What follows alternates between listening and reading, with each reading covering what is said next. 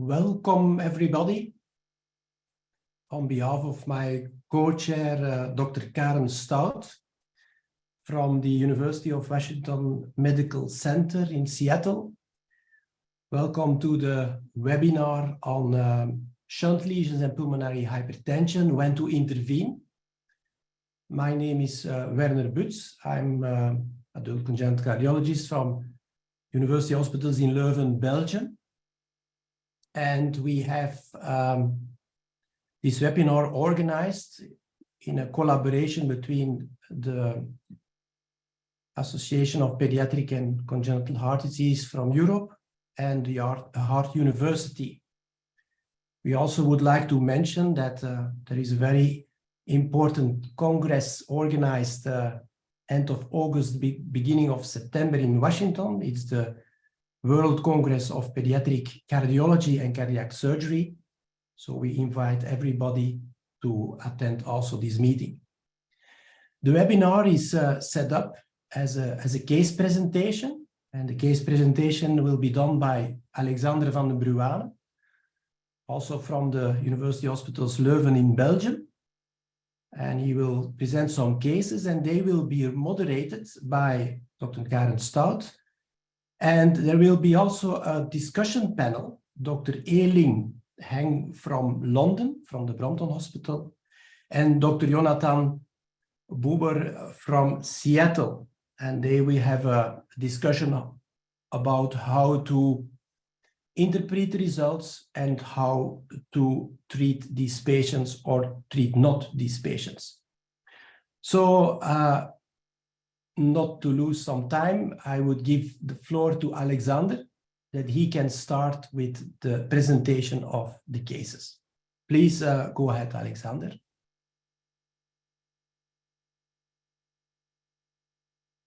Thank you, Werner, for the kind introduction.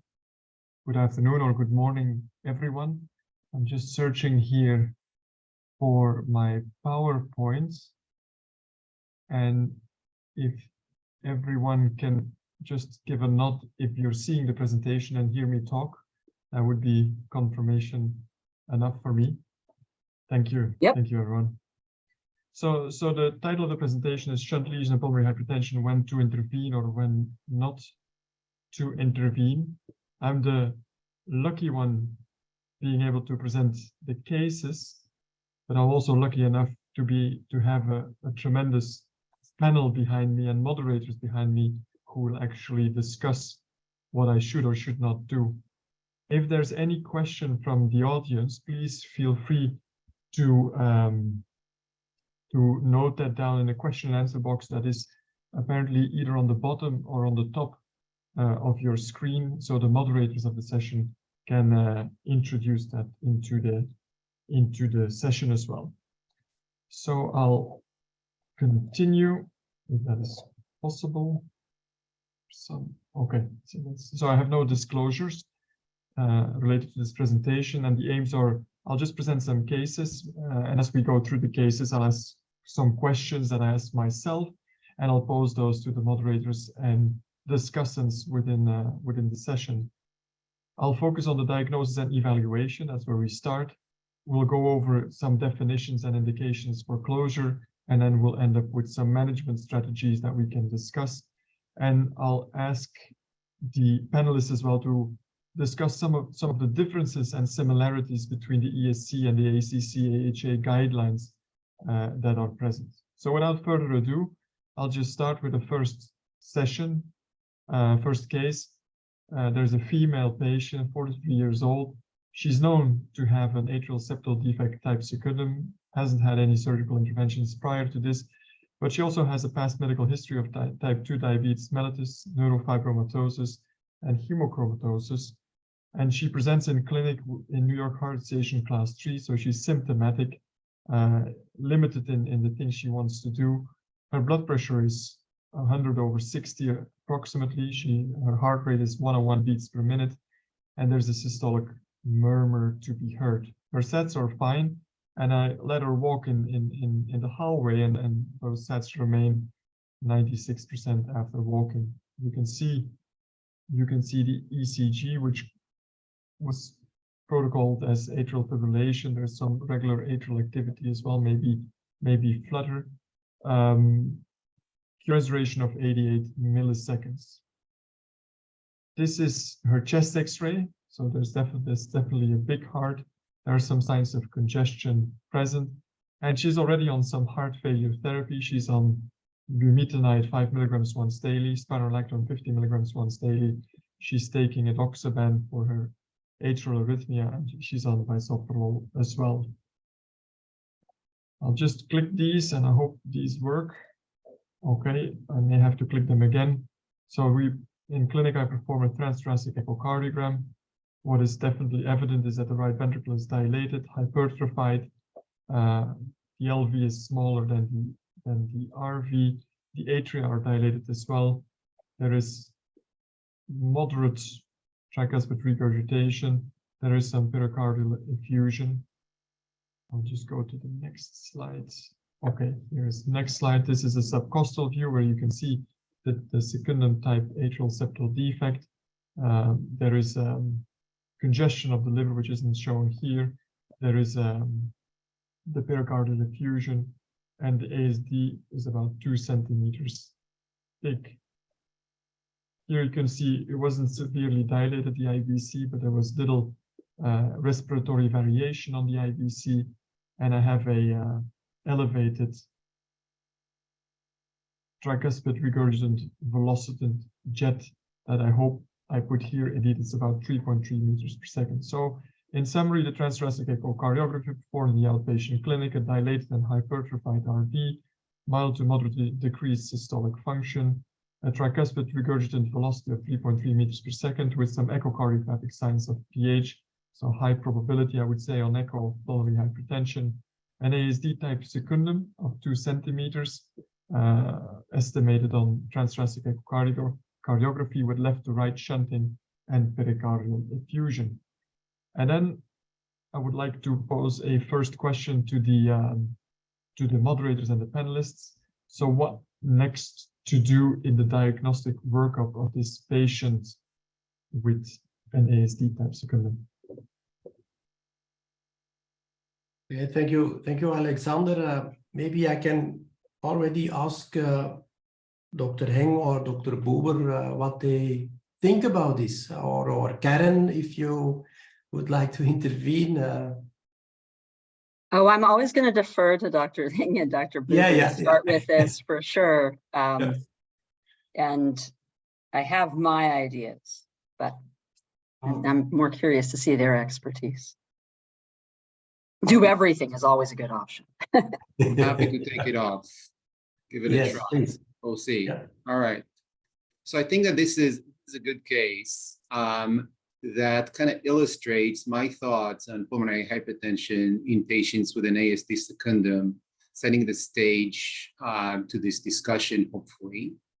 When we see patients with pulmonary hypertension in an ASD secundum, we should be always considering other or additional causes that would cause that, quote unquote, second hit that can elevate the pulmonary vascular resistances. I think that when you're thinking about an ASD secundum, even with a diameter of 2 centimeters, which is good size, we need to remember that these are, of course, low pressure gradients, low pressure defects with some, high volumes that are there for a while, but usually, in the absence of a second hit or something else that increases the pulmonary vascular resistance, should really not cause or initiate the cascade of pulmonary hypertension formation. The plexiform lesion formation, the smooth muscle hypertrophy, and so on. In the presence of an ASD secundum, I think that it's good practice to look for other things. And so in this patient, 2 other things may be going on. We have neurofibromatosis, which is type of the group 5 pulmonary hypertension, that big sack of other conditions that can cause elevated pulmonary vascular resistance. And we have hemochromatosis, which can lead to some degree of pulmonary hypertension for several causes. It could be related to a restrictive cardiomyopathy or infiltrative cardiomyopathy. We have no idea what's going on in the heart in this case. And it could also cause pulmonary hypertension because of abnormal iron metabolism and iron deficiency that can increase the pulmonary pressures. And so I think that when we consider those things and that ASD, we definitely need more information. And so, looking at those 4 options here, I think that a cardiac catheterization would make sense. I think that an MRI would make sense to look at that position, to look at an infiltrative cardiomyopathy with that story of hemochromatosis. And I think that full workup for pulmonary hypertension, including everything, CTEPH evaluation, liver evaluation, autoimmune disorders, is also needed. Just a question, do you mean then that you start to do high resolution CT scan, lung function tests and so on, also when you see this case, that really you bring the patient into the algorithm of pulmonary hypertension and work this out first and then makes the next step to go to the structure evaluation to see whether you can close the ASD or not?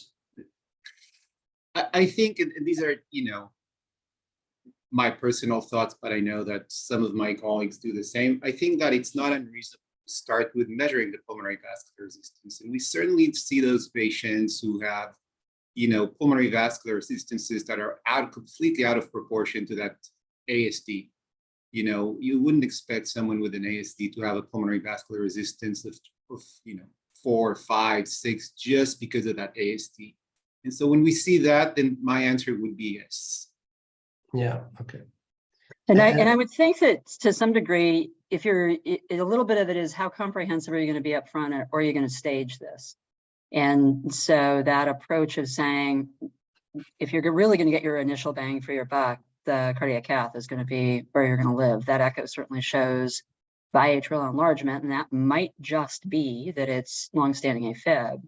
But it easily could be, given everything just Yoni said, which I completely agree with, that the left heart's more involved than is obvious, and there may be elevated wedge pressures that might cause you some pause about, even if the PVR isn't as high as it seems like it's going to be, that might give you some pause. So I think if you were going to pick one test that's going to really get you going, it's going to be the cardiac catheterization. And certainly in the US, where we have to deal with insurers all the time, if you're going to stage it, I would think that you'd start there. But the CMR, I think, would be incredibly valuable. But to Yoni's point, then there's going to be the whole series of tests when it turns out the PVR is out of proportion to the ASD, to try to suss out etiology, and whether that's, I always defer to Yoni on the CT versus getting a VQ scan to look for subsegmental PEs in terms of CTEPH or whatever that might be. So I do think there's a little bit of are you just going to go all in from the get-go, like they're in hospital and you're just going to get all the info, or are you going to parse this out as you go? And I guess for me personally, the TEE or TOE in this case, that seems like, I don't know about what you think, Yoni, but that that seems like it's got a little less value up front. Not that and that's the only one that I actually, so I'm sad to say that, but I do think that there may be some value in it at some point, but that was a pretty good looking echo. Yeah, Dr. Heng, do you have comments on that? Yeah, so just to add on to what's been said already, I fully agree. I think, as Dr. Stout has said, the money's going to be with the cardiac catheter. I think in the absence of the history of the neurofibromatosis and hemochromatosis, certainly chronic atrial fibrillation will already give us some warning signs or concerns about the left ventricular filling pressures, the likelihood of diastolic dysfunction. And so with us, certainly in our current clinical practice, or my practice, I would certainly opt for the cardiac catheterization first. The transesophageal echo, yes, will give us the anatomical considerations of can we close this in terms of which modality to go for. But I think the first and foremost question with what Alexander has already shown us so far is, should we be closing it, and the appropriateness or the proportion of pulmonary hypertension that we have to consider. So the message is keep the eyes open and don't jump into the pulmonary hypertension and ASD connection only, but look a little bit broader in the specific case. Alexander, can you live with that? Well, first of all, we need to make an app to have you constantly available all the time, because this is just brilliant. But unfortunately, that is not what is happening. So we also took a staged approach, because we believe that is probably the easiest way to go, so you can direct a little bit the case. And we did a TOE or a TE. I didn't know that it was the same in the States.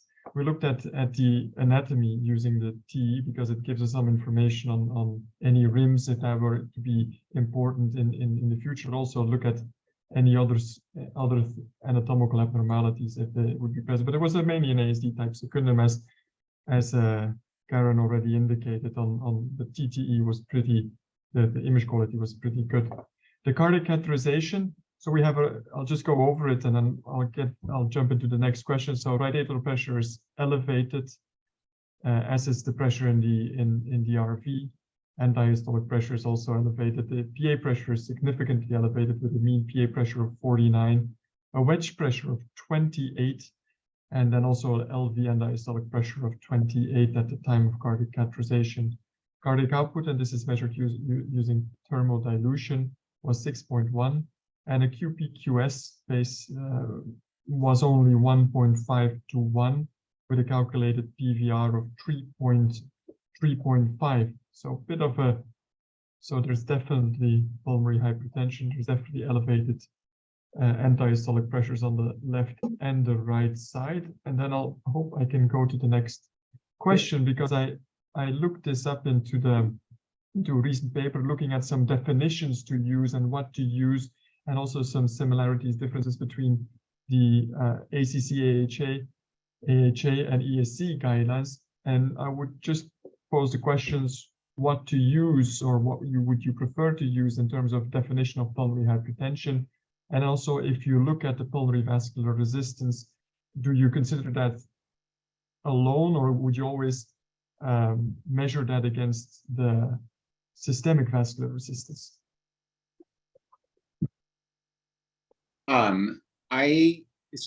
I think that we should use the most recent guidelines for the diagnosis of pulmonary hypertension for the mean PA pressure. I think I use 20. This is what, and the reason that that has shifted and went down is that I think that more data came out on what are normal pulmonary pressures in normal individuals, and they just use 2 standard deviations above that. So, if you're, normal PA pressures in a resting adult without morbidities is about 14 millimeters of mercury or so, then 2 standard deviations above that would be around 20. And I think that's the definition that we should use. I think that for the other question, I hope that you're not going to hate my answer, but I think that the answer is both. I think that both the pulmonary vascular resistance and that ratio helps me personally decide, where that patient's pulmonary vessels really are, what they feel, what pressures they feel, what resistance they feel. And so I use both numbers, I use both values. Is this also the idea of the London group? I have to say the London group is probably a little bit more simplistic. I certainly stick to the revised, most updated mean PA pressures of 20 as the definition for pulmonary hypertension. I think certainly in our clinical practice day to day, we're very much more focused on the pulmonary vascular resistance in accordance with the ESC guidelines. Sure, I think it's always useful to have the additional information comparing the ratio to the systemic vascular resistance. But I think in practice, we are fairly focused in on the pulmonary vascular resistance. And I think, Werner, you might be able to speak to this, but the guideline differences there's a timing difference. So the data that was being used for each set was a bit different. And one of the reasons that the ACC-AHA guidelines have all of those things isn't just because the chair likes to use more words than fewer, but that is actually true. It was the pH experts on the writing committee were really trying to call out the be attentive to the details. And so for those of us who do this all the time, I think the reality is that ratio ends up pretty inconsequential most of the time.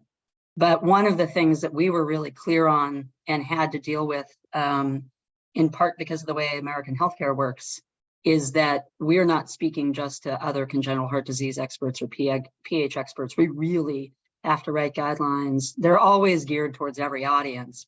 But general cardiologists and primary care providers are often the ones who are taking care of these patients. So introducing some of these concepts, and there was some data more from younger patients, in kids, there's more of the ratio being considered in some cases. So I think that it is always best to take that most recent definitions and data, knowing that that's one of the reasons that guidelines get revised and updated, which is an ongoing conversation with ACC. And so I would support everything you guys have said. Like, just because those guidelines are there doesn't mean that you don't take a definition that emphasizes a growing body of literature and data, and frankly, a growing body of opportunity. As we get more and more medical therapies that can be beneficial, then you expand further and further the opportunities to reconsider what the disease process actually is and where you should be intervening. But so here we have a patient with pulmonary vascular resistance of 3.5, a high QPQS, but with also a quite important elevated wedge pressure. So what would we do now? Yeah, I'm curious, Yoni and E, what are your thoughts about that wedge pressure, particularly how dynamic it might, granted, we don't have the MRI and that sort of thing yet. Do you think that that's just the LV based on what you're saying in terms of it's actually abnormal, or that it's because it's compressed and if you could volume unload the RV? Because we get in that conversation all the time. Oh, but if we just unload the LV, it's going to be fine. It's a difficult one. Yeah. I think, yeah, exactly. Those are my thoughts. I think that even though we were shown that this patient is being diuresed with a pretty hefty dose of bumetanide, I think that it'll be interesting to see what happens when we diurese them more, and even more than more, and then try to see what the pressures will be then, because it looks like this patient came in a little bit volume overloaded to the cath lab.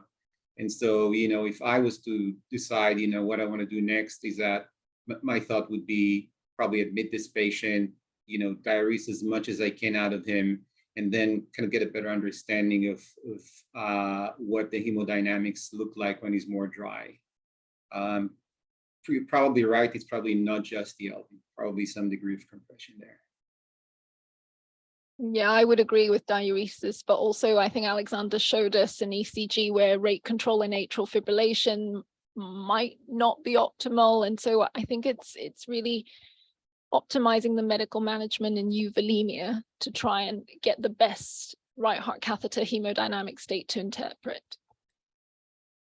In the diagnostic process, we do not talk now about pulmonary arterial hypertension, but we talk about the category 2 hypertension.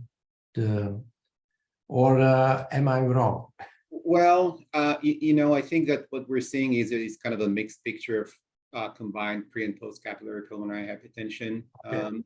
I think that, with that wedge and the pulmonary vascular resistance, we're seeing a little bit of both. Yeah. Okay.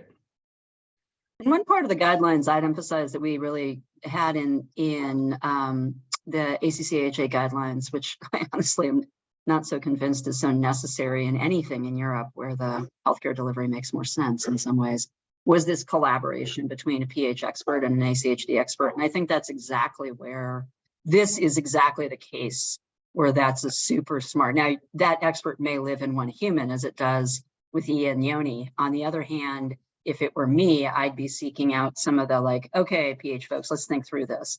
So I think if this is not your natural bailiwick, that's one place where the ACC-AHA guidelines, I think, really emphasize the idea of shared care with folks who can help navigate the actual pH side. And can I ask another question? And I mentioned it in that thermal dilution was used for calculation of the cardiac output. Does everyone agree that that is the best way to go for the QPQS, or Yeah, of course, for the I suspect there might be variations in the answer, but I had typed a reply. Certainly in the presence of an intracardiac shunt, we tend to favor either direct or indirect fit calculations rather than calculation.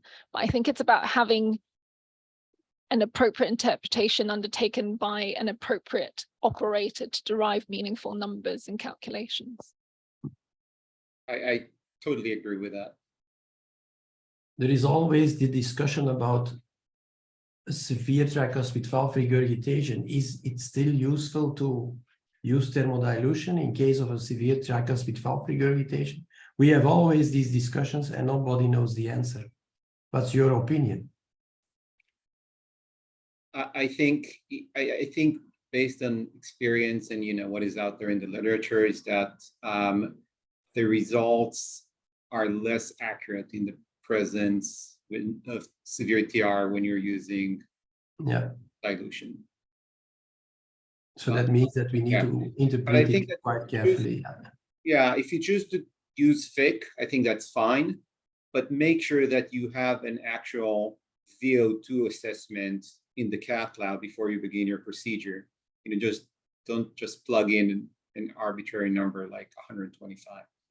Measure your VO2 before you start the cath, and then you have a better chance of getting close to the real pulmonary vascular resistance, the real QPQS, and so on. Yeah, that's an important message then, to use the FIC method. Yeah. Alexander, do you have other surprises for us? So I really love the discussion. The thing is that this patient was not so compliant. Indeed, she was clinically not very fluid overload, although definitely on the CAT she was, and we were concerned about the left side pressure. So we did. I'm flickering a little bit, but we performed a balloon occlusion, and these are the pressures that we then had on the left side. So an end diastolic pressure of 49. But my question then. So my question then really is, so when you research shunt lesions, there's all kinds of challenges to the circulation you can do, and fluid challenges, balloon occlusion tests, a combination of fluid challenge and balloon occlusion has been described. There's nice studies about that. Or to assess the PVR and reversibility of the PVR, there's vasodilator challenges. I was just wondering, this balloon occlusion we just did, is this any value? Does this guide us into some direction? Is there any challenges that you would do in certain cases?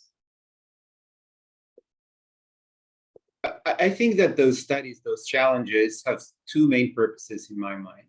The first one is to nail down your diagnosis. And the second one is that if you intervene, you make sure that you don't harm the patient.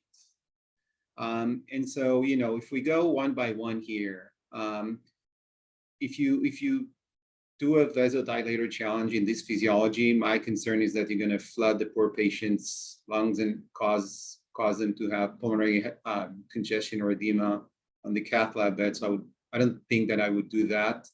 It'll be interesting to see what happens to the cardiac output, but I'm just worried that that patient's pretty wet now to dilate their vessels. Fluid challenge, kind of the same thing. I think, with a wedge of 28, I don't know that I would add more fluids into that circulation.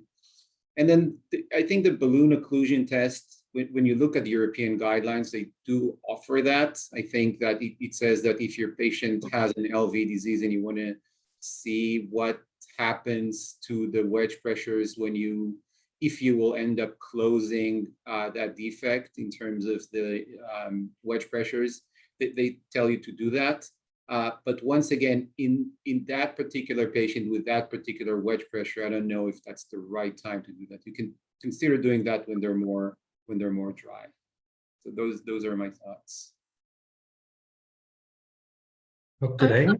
I would agree with Dr. Buber. Certainly not undertaken vasodilator challenges in the context of a significant intracardiac shunt for the concerns about pulmonary congestion, but also I'm not sure I can actually necessarily interpret the numbers that are generated and what that means clinically in the context of that. Again, have some hesitation about the fluid challenge. I think a balloon test occlusion has its pitfalls, and certainly as interventional cardiologists, I would certainly suggest patients, and if we're going to do a balloon test occlusion, it has to be done meaningfully with enough time to ensure that we are monitoring for change. And so again, similarly, I think in the context of the options that Alexander has posed, I think practically balloon test occlusion is probably something that we do undertake more routinely versus the other options. And I think in this particular case, it strikes me that when you have subtle changes, then you can get into how valuable is this really. But when the wedge goes to 49, I think you've got yourself a pretty solid space to be very worried about just going off and closing this ASD, because anybody who's done this long enough can see the pulmonary edema that can develop, that can become very difficult to manage, actually.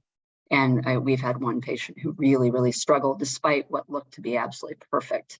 So I feel like there's sometimes what you're really getting into is more of a false sense of reassurance about somebody's LV, more so than the idea of like, oh no, this will be fine. Don't be worried about that rise in EDP. That rise in EDP is it might get better over time with a less compressed LV, but I do think you have a big pause there and it makes you think about things a little differently. So yeah, I think I agree with everything everybody said, but I think back to the idea of, are you going to cause this person harm by closing this ASD? Since we're hammer and nail about this. And I think there's some hints right now that you could. Yeah, in the European guidelines, indeed, balloon occlusion is only used to evaluate changes in the left ventricle. As far as I know, it's not really meaningful to evaluate the pressures in the pulmonary circulation. Can you comment on that?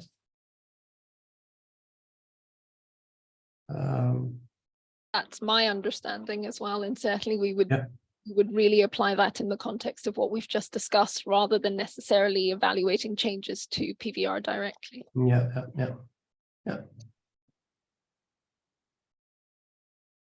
And in some cases, as you said, it can be quite dangerous when the pressures goes up in the left ventricle.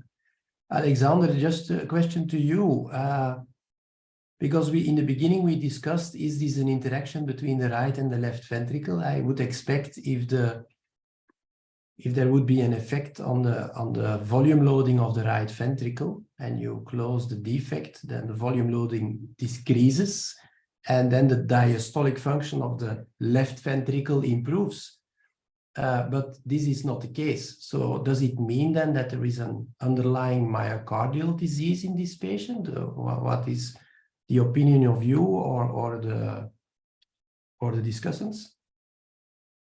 We followed the thinking that has been put forward by the discussants, and I was very worried about left heart disease, especially with a history of hemochromatosis, with diabetes, atrial fibrillation, age maybe, although she's still young.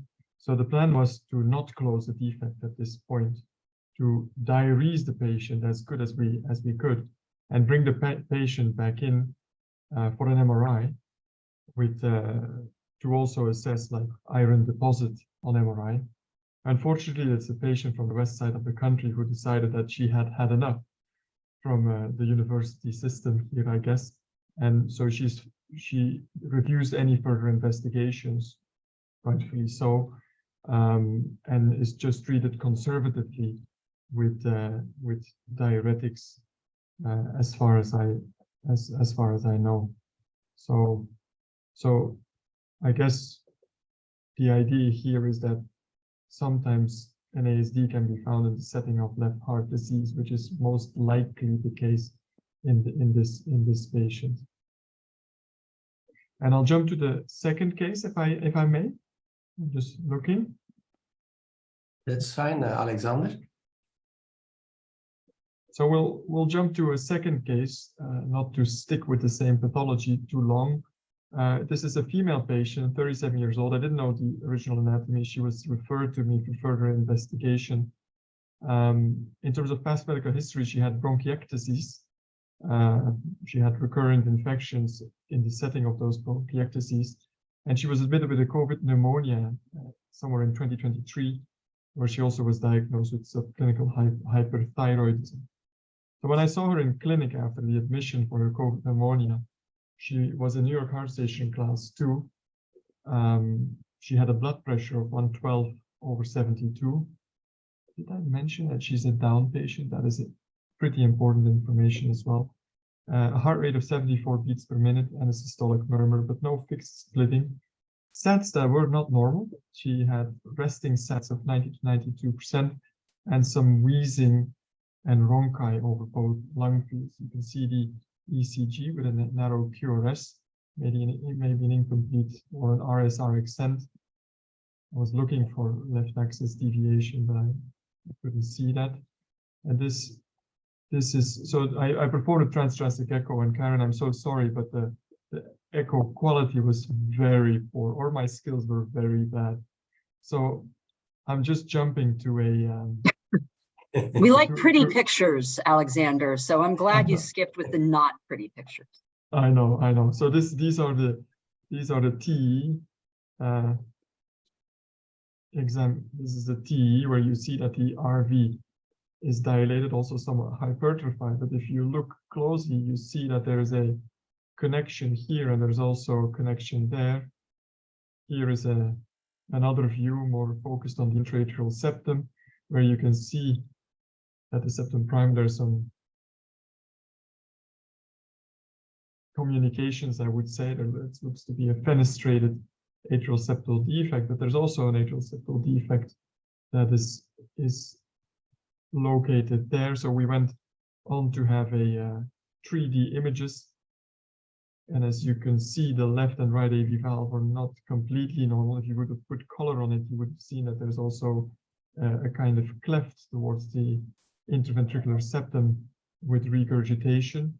This is a view from the right atrial side on the fossa ovalis, the intraatrial septum, where you can see a fenestrated atrial septal defect type secundum, but hopefully you can also see that there is a smaller type 1 or partial AVSD present. So kind of a complex anatomy, or more complex anatomy than just an ASD type secundum for sure. And because we learned from the first case, and I'm not going to ask the same questions all over again, so there's a cardiac catheterization. That was also the time when we have the transesophageal echocardiography. You can see the right atrial pressure is 18. There's a bit of a pressure gradient across the pulmonary valve. The mean PA pressure is 30, pulmonary hypertension. The wedge pressure is just normal, and diastolic pressure.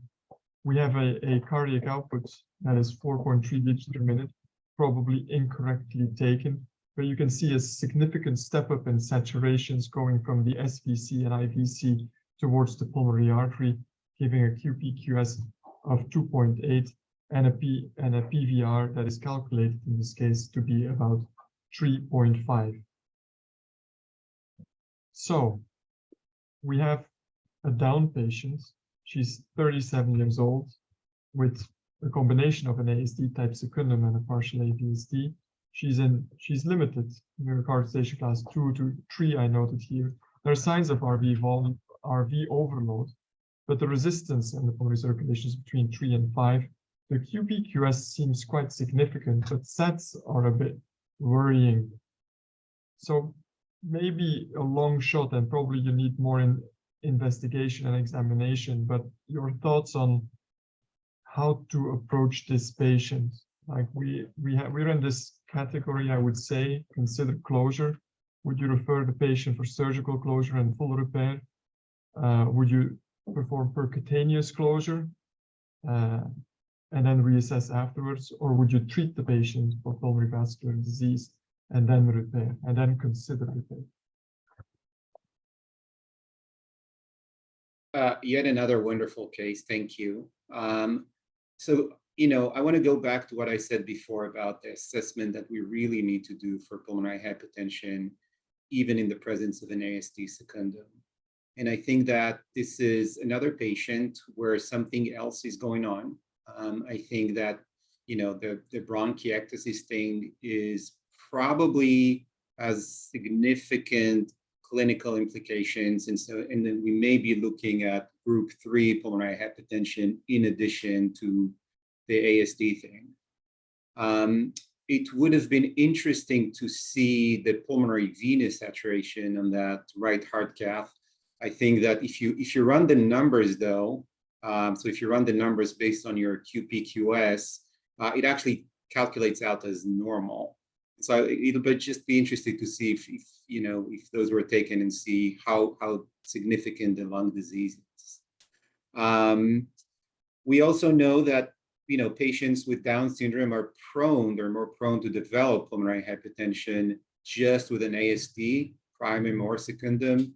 And there are many reasons for that. There is some genetic predisposition. There is the obstructive sleep apnea thing that happens at a very young age because of the floppy airways. And so what I would probably do with that patient is try to get a better understanding of the lung disease.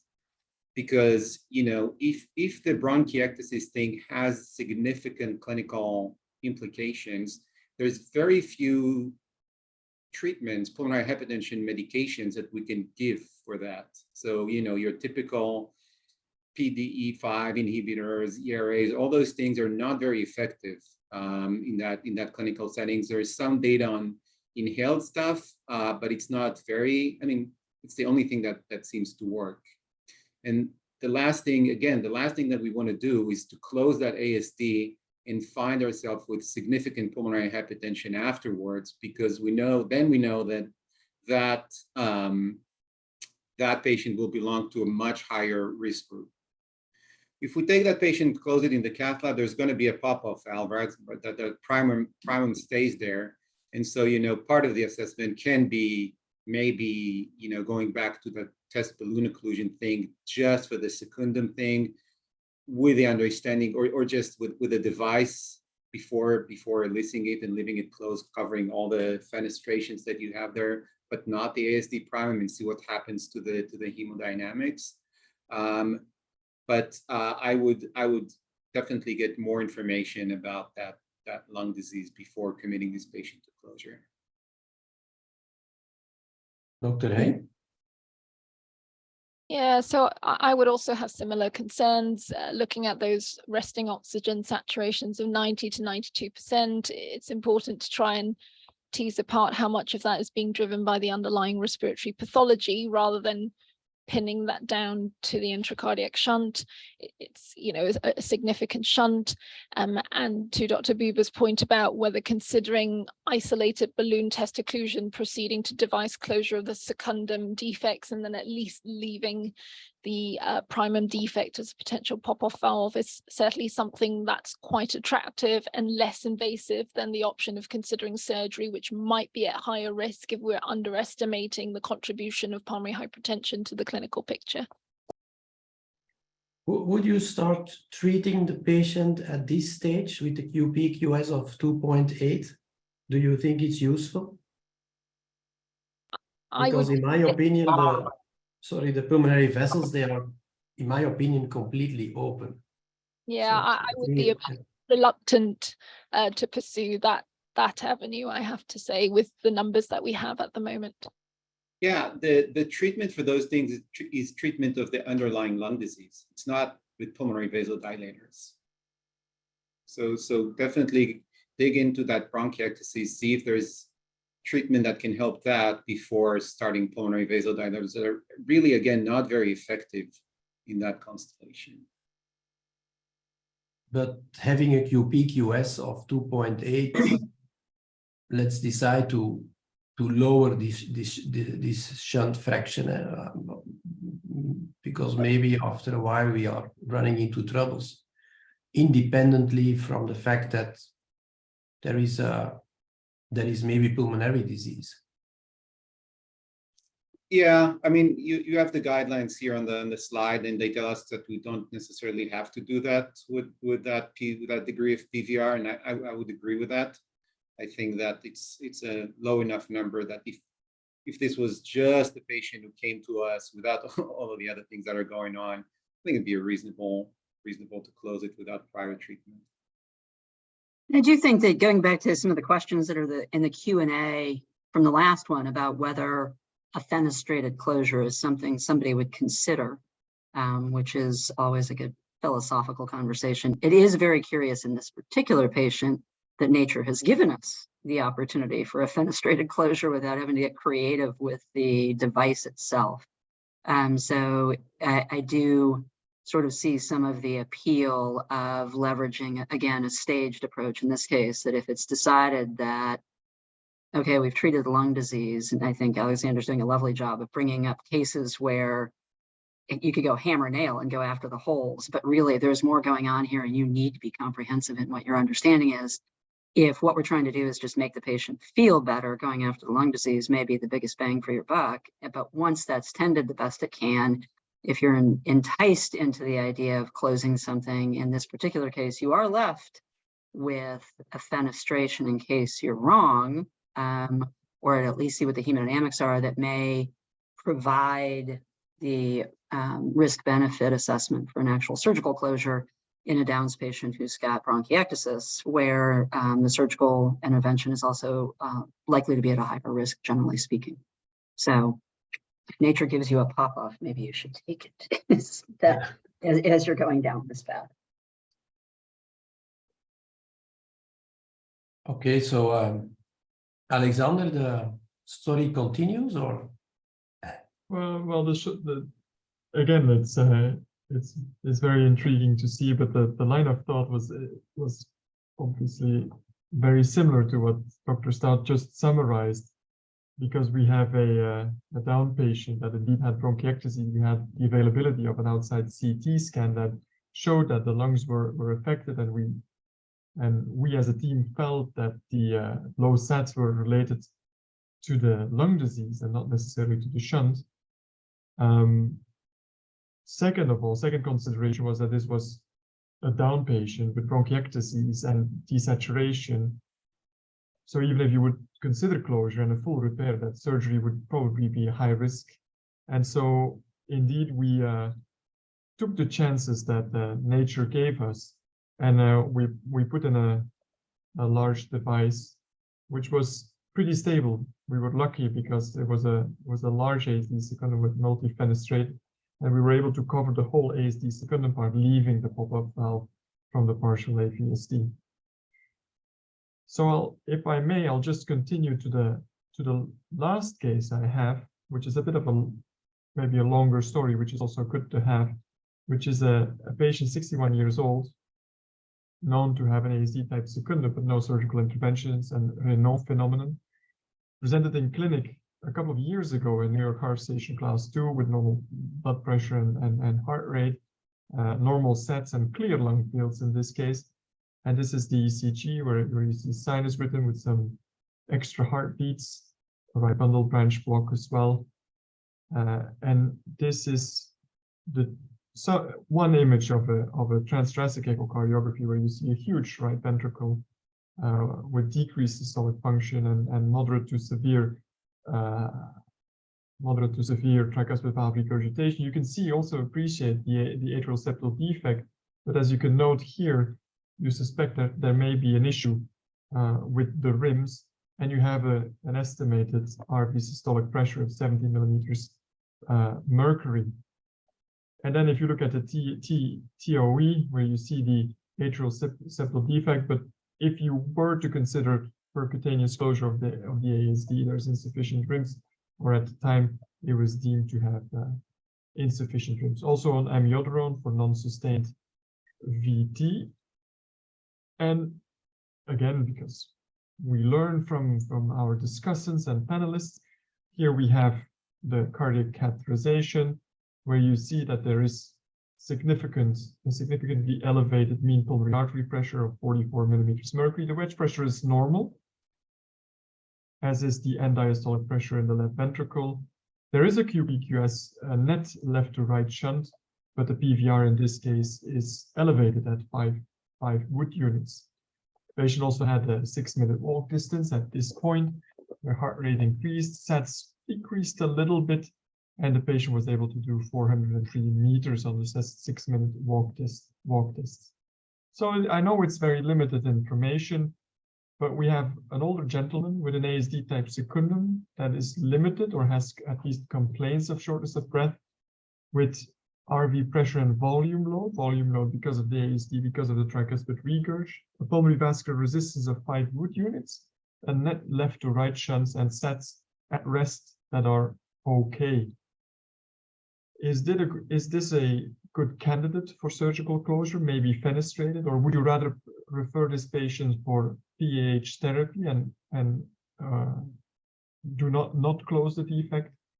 Or would you even consider a treat and repair strategy in this patient? I know that I sound like a broken record, but I would, again, do the full workup for these patients. I think, again, you see that very large ventricle, you see that very severe tricuspid valve regurgitation, you see the high PVR, and it's an ASD secundum. I think that I'd just be more, I want to know what else is going on with this patient. I would do a pulmonary hypertension workup. But looking at, and the right heart cath numbers that you've shown have some, minor abnormalities that may warrant more workup, like that, the cardiac output was high. Maybe that patient's a little bit hyperdynamic without any medications now. The EKG was abnormal, and you saw that PVCs there. I would do that. I would do the full pulmonary hypertension workup for this patient. To your question, for those 3 options, when you look at the guidelines, probably the third option is not a bad one. I would consider treat and repair after I do that full workup, and see what happens after you initiate dedicated pulmonary vasodilator therapy. Alexander, how did you guys interpret the difference in the saturations in the SVC and the IVC? Because every time I see that, maybe that's no big deal, but maybe that was the anomalous vein that was missed or whatever. I think back to the idea of being comprehensive. Not that it's that high and that different, but did y'all have a particular interpretation of that? So our threshold to do a TE is pretty low, and it's mainly to look at those anomalous veins, which were normal in this case. But we sometimes see that difference on the cardiac catheterization. I'll just look at on screen to my senior colleague if he would have an explanation for that. I think there is not really a hemodynamics explanation, or it is a mistake in the sampling. That's one possibility you have always to take into account. But indeed, I have to admit, you expect a higher IVC saturation than an SVC saturation. I think the sampling. What sometimes happens is it depends on who is taking the samples. If the samples are not really taken high in the SVC and you are close to the jet of the ASD, it's possible that you might have a false elevated SVC saturation. That's possible. Or the TR jet getting up there. A TR jet is also a possibility. It depends a little bit from where it comes, of course, yeah. But it is possible, yeah, but because of the left to right shunt, and if it jumps into the SVC, it might give you. That's the reason why we normally take a sample quite high in the SVC to avoid that. But as you see, it happens sometimes not.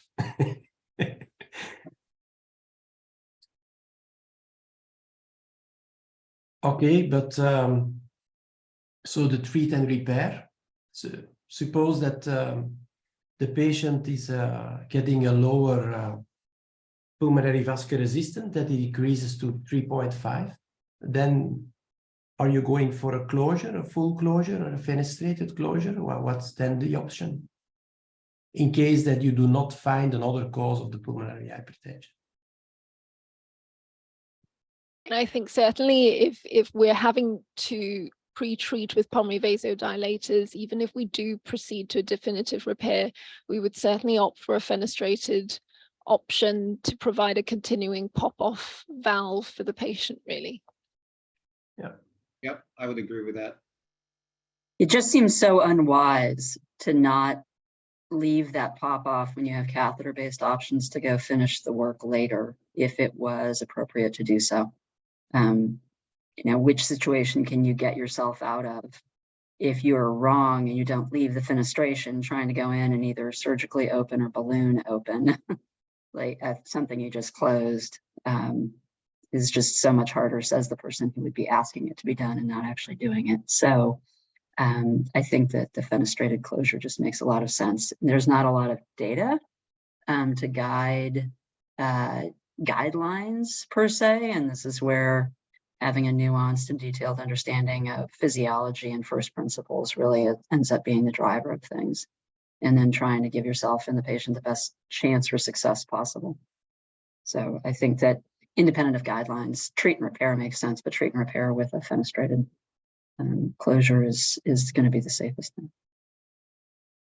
I think another important question, and thank you for telling us what was the PVR after the treatment, because another gap in knowledge and also being reflected in the guidelines is, you know, you have this cutoff of 5, and then it says, you know, if your PVR drops below 5, then it's okay to proceed to a fenestrated closure. And the question is, drops by how much? You know, is going from 5.2 to 4.7 sufficient?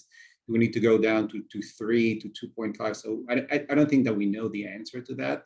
So, but we use our clinical judgment, and we think that a drop of the pulmonary vascular resistance, you know, by 1.5, 2 units is something that we would be happy with. Less so, I'm not sure that I would go ahead and do that repair as of yet, and maybe think about escalating the pulmonary vasodilator therapy.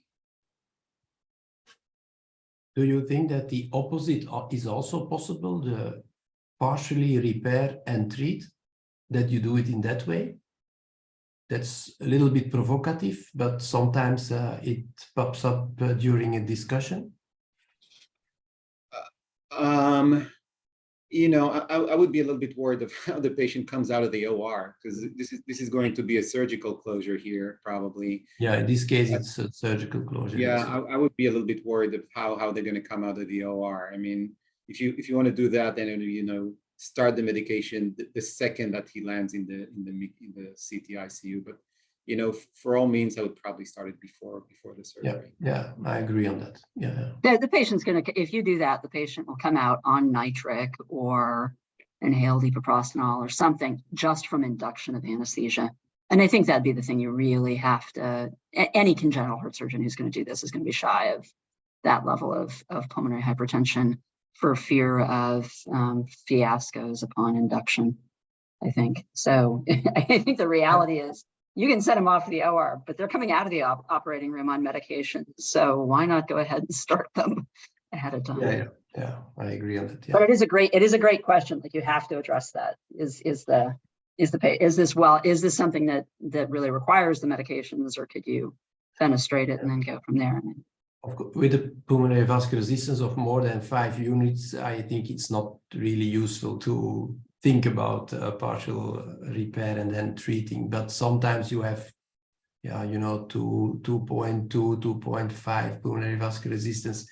There, the discussion can be held, I think, yeah. But sometimes it remains with a discussion, and then we go to the treat and repair, of course, yeah. Okay. Alexander, do you have a follow-up? Of course. And obviously, I follow what you said, and you suggested, all of you. So the patient was referred for a full workup. And I'm happy that I can actually say this to Dr. Poover, that sometimes we do indeed do a full workup, obviously. And I just wanted to highlight some of the things, that there was a decreased diffusion capacity, there was no evidence of P or CTEF. And at that point, there was some evidence of emphysema. But anyways, the patient was started on macitentan at that point, 10 milligrams once daily. And I must say, if you look at the results of the 6-minute walk distance, and as I went through the file, I saw a good result, and the patient was happy until 2018, when the patient presented with a pre-syncope a couple of times, and maybe also the 6-minute walk distance wasn't as good as it used to be, as it was before. And we were a bit, not only worried, but we wanted to reassess the patient, also to reassess what the pulmonary vascular resistance was afterwards. And these are the results. And as you can see, and I'm not sure if it's enough or just good enough, the PVR went down from 5 to 2.9 Wood units, with a mean PA pressure that was 37 and a wedge pressure that was still okay. So I guess this has already been discussed, but now with the numbers present, and knowing that this is a surgical procedure that you need to do because there's insufficient rims to close the defect percutaneously, will you refer or will you consider fenestrated closure? Fenestrated because that is what has been suggested, or just continue PH therapy and defer closure? E, do you have thoughts on where you go with this? I think there's certainly been a drop in the PVR, whilst the PA pressure's dropped slightly, the wedge pressure's gone up, although still within normal limits. I think it could certainly be put forward for discussion for fenestrated surgical closure. I think it depends on the patient as well, because given the timeline Alexander's shown us, it's at least been 4 years have lapsed already. What are we necessarily delivering in terms of incremental value? But on the face value of numbers with a drop in PVR, I think a discussion or consideration could be entertained. I still think that looking at those numbers again, he had 3 syncope episodes with a drop in the pulmonary vascular resistance. The cardiac output is like almost 9 now. I'm just, going again back to what else is going on with that patient. Let's just put the ASD on the side and see why he's fainting 3 times in a row and why his cardiac output is almost 9 now. It's his VT. I do wonder, one of the things that we tend to think about is like in the immediate like post-operative period, how's this patient going to do immediate closure? Alexander, if I remember correctly, you said he's a diabetic, and maybe not, he's a 61-year-old guy. I do wonder if you are going to close it, whether trying to project forward a little bit, how likely is this guy to have diastolic dysfunction of his LV in the ensuing 5 years? And that seems pretty darn likely. So another pitch for the idea that a fenestrated closure, if you decide to go that path, probably still makes sense in trying to anticipate mitigating rises in wedge, as he pointed out, that it has risen a little bit, even though it's fine. But this seems like a guy where he may still benefit from having a residual hole relative to his LV, even though he's not manifesting a bunch of those problems. And we don't necessarily, we would think about it some, but we don't always project that very well, I don't think. What was the decision, Alexander? So actually the option of fenestrated surgical closure was presented to the patient as a possibility, but the patient decided not to take that opportunity. So if you can, as you can see here, and maybe he may have been right, as Dr. Stoll indicated, because I should have changed the age. He was already 65 years at the time, and there may have been other reasons that caused the pre-syncope. I don't think it was the pulmonary hypertension, at least not the progression of pulmonary hypertension, because there was none. There was a Holter done that didn't show any ventricular arrhythmias, and he was just followed. The pre-syncopes didn't come back, and his 6-minute walk distance remained stable. He did go from New York Heart Association class 2 to 3, and there was also an increase in his NT-proBNP from 2017, when it was already elevated to 2021, and he was started on a low dose of diuretics.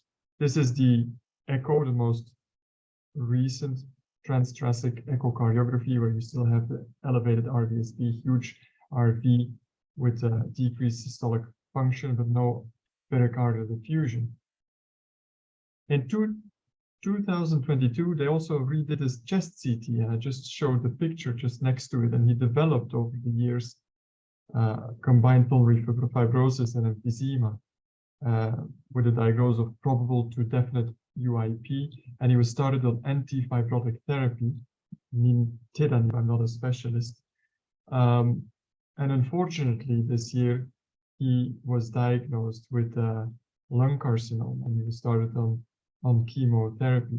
And it probably indicates also the fact that it's, and I guess all of the cases illustrate that it's not always only the atrial septal defect or the shunt lesion, but it's important to look at everything and assess the patient completely, also put into perspective where the patient is on his time trajectory during life.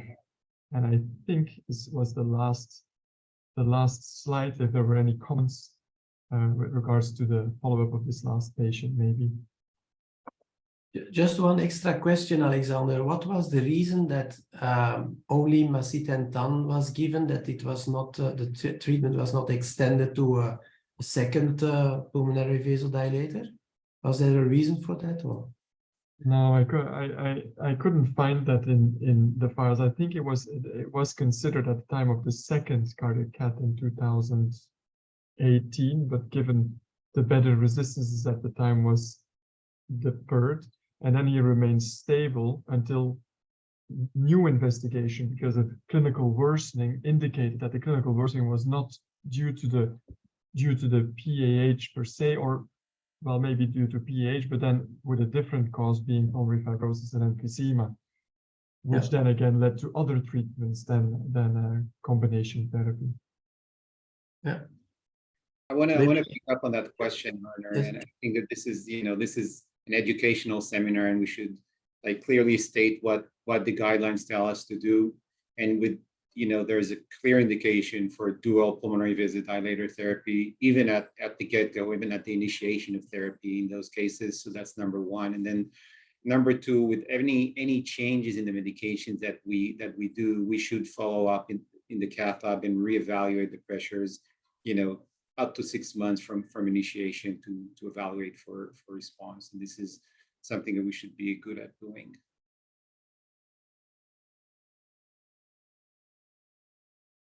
Yeah, okay, thank you.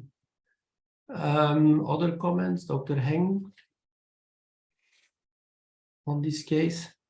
I think it's a lovely illustrative case to tell us not only how we should be assessing the pulmonary hypertension, but also to think outside the shunt lesion as the sole driver for potential causes of pulmonary hypertension.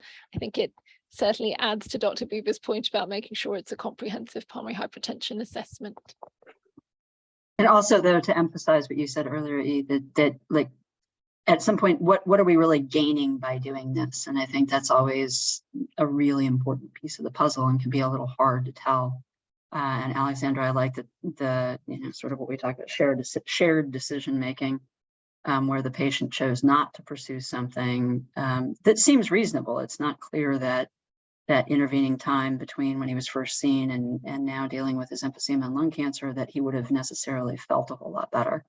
And one of the differences between the American and European guidelines is the emphasis on symptoms in the absence, like we have a lot of the class 1 and class 2As, and particularly in the setting of ASDs, the indication to close simply because the right heart's big and thus the shunt is large enough is fair. Like we're a 2A, the European guidelines are 1, like just, okay, it's a big hole, close it, And I think there's a lot of things that make sense about that. For the process that we were put through to do ours, you really had to have data that making an RV smaller in the absence of any symptoms is a long-term benefit, since you are assuming a bit of short-term risk whether it be in the cath lab or in the OR, even if it is very low. And while I think most of us would go off and do that, that idea of symptomatic improvement for a patient is just such a compelling one, as opposed to that harder thing to pin down of, well, we're going to solve a problem for you in the future.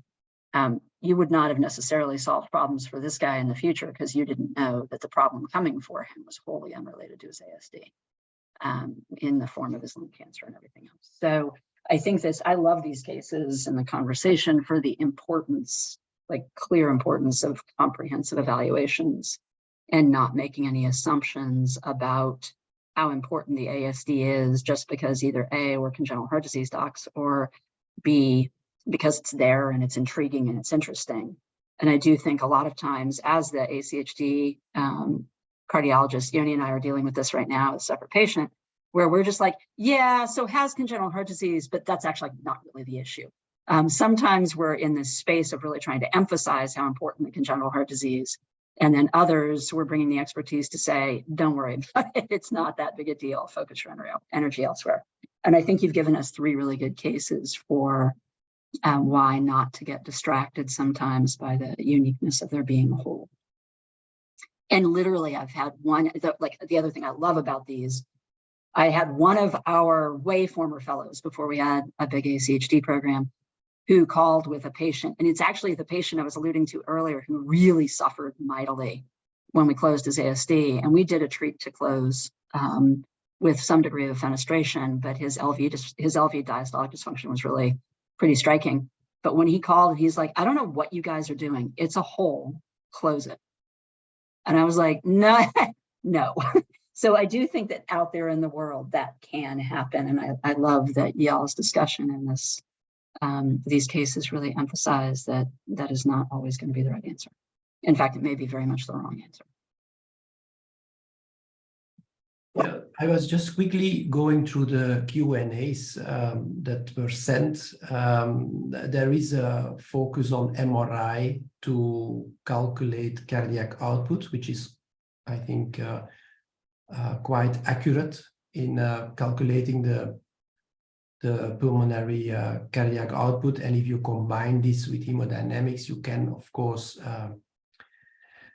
calculate the pulmonary vascular resistance. Even in case of a severe tricuspid valve regurgitation. I think this was a good suggestion in the Q&A part, that MRI plays an important role in measuring the cardiac output. So that was one thing that I would like to highlight in the Q&A. Then for the, sorry? It's a good comment. I agree with that. Yeah. You already commented on that, sorry. Then there was, in the first case, whether it was useful to implant a fenestrated device because of the high left ventricle anti-systolic pressures. I think this is, in my opinion, not an indication. You can make a fenestration when there is an intact interatrial septum to decompress the left heart circulation. But in the first case, using a fenestrated device, to lower the left to right shunt and to keep a valve to decompress the left atrium. As far as I know, there are no data available to handle this. So I think, but I agree that you can fenestrate an interatrial septum to decompress the left heart and to stabilize the hemodynamics of the patient. There is also a question about the use of nitric oxide, the acute testing nitric oxide in patients with higher pulmonary vascular resistance. Is there someone who can comment on that part? Yeah, I think we're being asked about this very frequently, and we keep giving the same answer. The reason that we use nitric oxide is to check whether a patient, this was almost the only setting in which this was done, is a good candidate for calcium channel blocker therapy, right? I mean, we don't know much beyond that. There are some studies that suggest that those patients who respond have a better prognosis, somewhat better prognosis, but this is pretty much what we know. I think the other important thing is to make sure that we're not harming the patients, by giving them pulmonary vasodilator. So, you want to make sure that the cardiac output doesn't drop after initiation, after you're giving that dose of nitric oxide in the cath lab. And so this is what we use it for. We use it to make sure that we're not going to harm the patients mainly, because calcium channel blocker therapy is something that we rarely use anymore. Yeah. That's my comment. Yeah. And then there was a last question about, is the closure of an atrial septal defect an indication in case of a previous cerebrovascular accident, in case of a stroke? Love it. I think it's a very good question. I know this is where Karen and I always ask Karen, why did that not make it to the American guidelines? Maybe a little bit of lack of data when this was written. It's certainly there in the European guidelines. And I think personally, it should serve as an indication. There were some studies that came out after the American guidelines were published. One of us from our center showing that there is a high occurrence of thromboembolic complications through an ASD, and we should use that as an indication for closure. Yes, please. Certainly in our practice, we would certainly consider on a case-by-case basis ASD closure in the assumption of a paradoxical emboli through it. Yeah. In our series, it's about 5% of all the patients that we close. It's plus minus that number. Sounds about right. We need to remember that if it's an older patient, we are running a risk of atrial fibrillation and need of anticoagulation, and then you're dealing with another risk for a stroke and so on. Nothing is very simple with those lesions, but I think that we should still use it as an indication.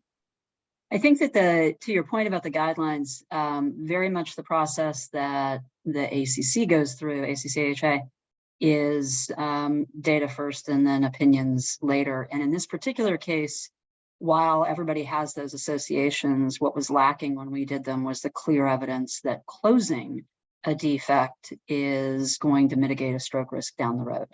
Like it can actually, sure, you may cut down on the risk of a stroke later, but when we did them, the data wasn't as robust. And we're also trying to stay away. So when you look at some of these guidelines, I think ESC does the same thing.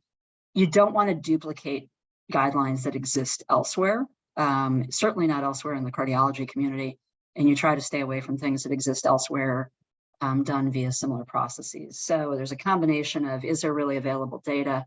And I do think that the only thing that I feel like I come back to fairly frequently is some of the other data out there about, say, PFOs and cryptogenic stroke, where there's a reasonable number of folks who go on to really show you what the cause of their stroke was in the years to come, and it wasn't the whole. So I do think back to the point of all these cases of being comprehensive, that those comprehensive evaluations that aren't overly promising of somebody of like, yeah, we close the hole and you'll never have a stroke again. There are clearly some of those patients where that's likely true, but there are others where it may not be. And so I think having a more comprehensive evaluation for things that are going to contribute, Yoni and I, all of us go a little ballistic when we get asked to do bubble studies in the 82-year-old with AFib and atherosclerotic disease in their ascending aorta because we're trying to do a stroke workup, and you're like, why are we doing this? So I do think tempering that enthusiasm, but from a separate the guidelines from a pragmatic perspective, certainly if somebody's at risk for right to left shunting and they've got any sort of potential risk for thrombus in their venous system, including device leads, because that comes up a fair bit. Do you close the ASDs in the presence of a device for the large percentage of those patients that end up with fibrotic stuff on the leads? I think all of those things, even if there's not data, that doesn't mean that you don't do the right thing by the patient, or even if there's not a recommendation explicitly calling it out. But it is another space where there's a reason to revisit these guidelines on a regular basis, and there's a reason to look at both sets of guidelines to give yourself some impression of where you might go if it's not something that you're used to doing or don't know the primary data for. Yeah, I think that there's a reasonable approach that we use. There's a rope score that we sometimes use for PFO closure, and I think it's not unreasonable to use it for the same indication in ASD closures. Just looks at those other potential risk factors for stroke in patients with just cardiovascular disease risk factors. hypertension, diabetes control. Selecting the right patient. It's the main message. Yeah. Okay, I'm looking to my co-moderator, whether it is time to close the session or not. What do you think, Karen? I think it's time to close, but I just had one question for Alexander. On your second case, do you have any follow-up on how that patient ended up doing after the closure, even just symptomatically? Or the partial closure, the major data demonstration? It's a very recent case. So the Okay. day after she was fine, she went home, and I'll see her in hopefully in a couple of weeks in clinic, and see how she's doing. There was a comment in the Q&A saying that we should have completely repaired the defect because there's also the left AV valve that has a cleft and that will progress, and that's absolutely right.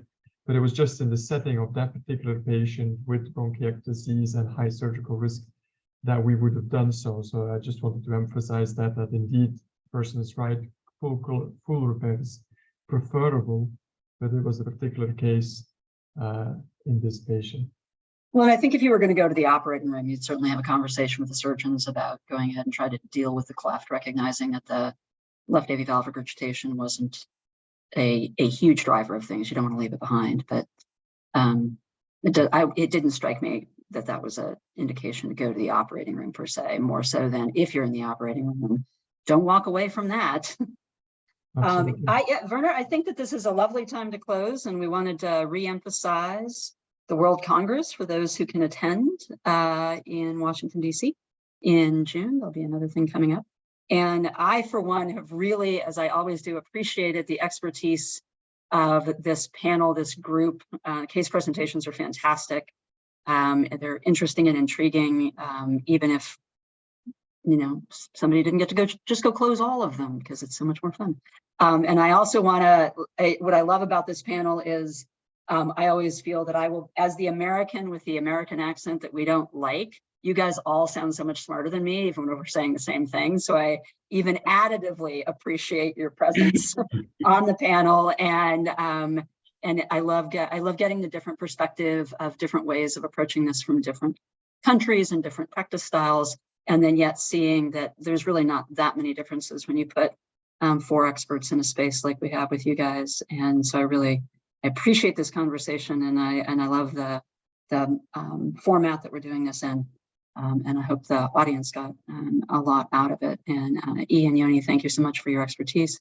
Werner for being partner in crime here, and Alexander for lovely cases.